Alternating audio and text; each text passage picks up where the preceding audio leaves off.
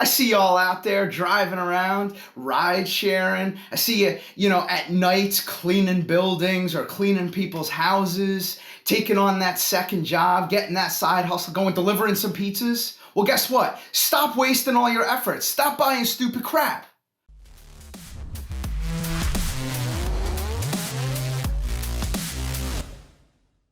Hey guys, welcome back. I am Brian, the real bearded businessman. Appreciate you guys coming back here and checking out the channel. If you're a return viewer, I really appreciate you sticking around. And if you're new, welcome, enjoy, take a look around and see. Hopefully you like it. So if you're new, if you don't mind, go and introduce yourself down in the comments. Say hello. I'd love to meet you.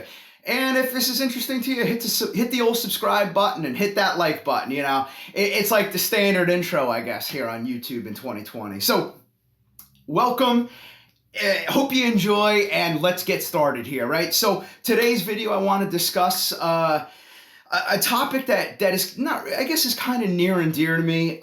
This video or this channel here is not my full-time income. Probably like most people on YouTube, this is nothing but a side hustle at this point. This is just a secondary way first off, for me to kind of have a hobby and have some fun, but hopefully bring in a little bit of extra money at the end of the year as well, which is always nice, right? So not everybody out there has a YouTube channel, but a lot of people out there in 2020 have a side hustle because things are getting more expensive, bills are only going up, and incomes per year are not necessarily increasing the same way, right? So why it's near and dear to my heart is because I take all the money that I gain from this side hustle and I put it into a bank where I can't touch it. And I want to just keep sitting. I only pay bills with my normal full-time income. And one of the things that I've noticed is that a lot of people are out there with their side hustle and they're going strong, except for the fact that they're at the end of the month or at the end of the year, they're not really making that much more money.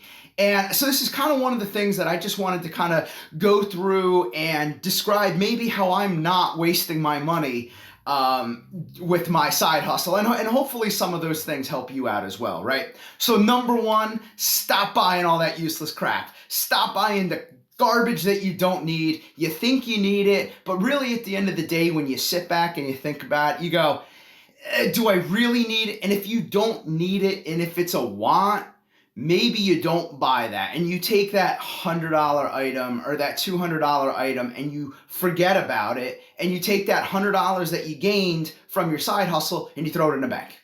Or you invest it.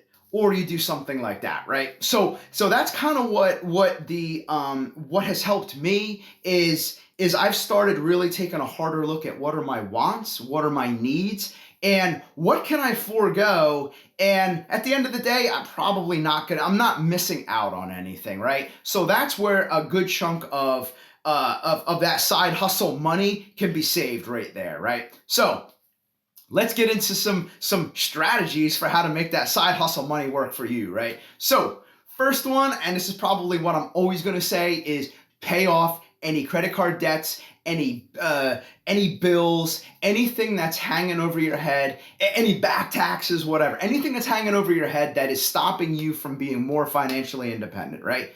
Why do I say that? Because the compounding interest that you're sitting on month to month by letting these things roll over is hurting you. It's hurting you really bad. And credit cards are sucking, some of them are sucking 16, 17% away from you. Some of the higher interest ones are over, in the 20s. So every year you're missing out on that much money because it's going right out the door to pay those bills just because, you're stuck in that cycle of revolving debt. So get that stuff paid off, use that side hustle money to get that balance back to zero as fast as you can. That's strategy number one, right? Second strategy is if you haven't started a retirement account, take a look at it. If you can start a 401k through your primary hustle or your primary job, go for it. If you can't and you have to do a private, whether it's an IRA or a Roth IRA or whatever is most appropriate for you, do it, because Today is the best day to start investing. Tomorrow is one day less than today. So let's start having that money work for us. Okay. So at the end of that month, when you get that check from, I don't know, Uber or Lyft, take that, boom, right to the retirement account, and don't even touch it, and let it do what it's got to do. And that will absolutely reward you when you finally decide, hey, I'm ready to retire. I don't want to do this anymore. Right. So we got the added debt, we got the saving for retirement. Third thing, and this is what I'm maximizing right now in 2020, is buying assets. So like I said, let's go back to the buying crap thing, right? I used to go make sure I had the best sneakers, or, oh man, I need another pair of jeans, or I need shirt number 75. I don't need 75 shirts, but I decided, hey, I need shirt number 75, right? I'm always buying new hats because I love hats, sunglasses. Guess what? I need one hat, I need one pair of sunglasses, and that's it, right? So when I started doing that, then I looked at it and I said, well, not only do I have my wants and my needs, and I'm only going to start funding my needs and sparingly handle my wants, but what are the things that I'm buying and how can they make money for me, right? So, if you go buy a sandwich for lunch, you're not making any money off of that, right? You're going to eat it, ingest it, it's done, that's that. But for things like if you, instead of going to buy the newest cell phone or let that cell phone upgrade run another year, and you take that money and you throw it into a stock, maybe say you're drawing dividends or something like that, well, guess what? You draw those dividends. Now that asset is working for you. And while you're driving around killing yourself at night, just trying to maximize how much money you can make and driving people to the airport and probably losing out on some sleep, babysitting your friends' kids for some extra cash, delivering those pizzas on a Friday or Saturday night, while you're out there doing that, whatever that final dollar amount is for the night, if you have assets that bring in money for you passively, that number is just one piece, and now you're adding to it, right? And my goal, at least for 2020, is to see how many assets I can buy and really maximize my yearly income. And not only for my primary, but then my side hustle, and then all that other, we'll call it the passive piece behind it. I want to maximize all of that so I can really start generating some serious cash here. The other one is sometimes it's tougher to start a side hustle if you don't have the capital, right? So some side hustles may cost you a little bit more, right? So say you want to ride share, but your car's pretty beat up and they won't accept it. Well, now you're going to have to save up and buy another car or do something like that, or lease a car. Whatever you have to do. I'm no expert in ride sharing for sure, but now, if you have those assets coming in and now you're taking all that money, instead of buying the cell phone and the crap and the sneakers and the hats, you take that money that's in that bank or that's in those assets and you pull it out, and you're able to now have a down payment on something, a down payment on that car, and that car can now qualify you to do your ride sharing and is more reliable. You're not worried that it's going to break down and all that other stuff. And you take that, and now by doing that, that enables you to build more income and generate more cash flow for you here. And one of the last pieces here, guys, is if you maximize all of these things and you really take another look at where your money's going and how you can maximize your cash flow. Really, at the end of the day, what we're talking about is utilizing it as a nest egg for your financial independence, okay?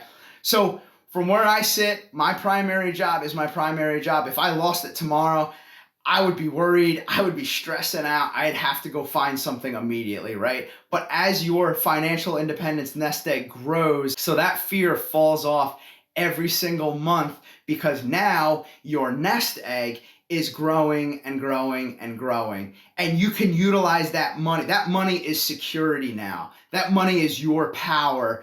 And when somebody finally sits there and says, "Hey, Jimmy, it's been a rough month for us.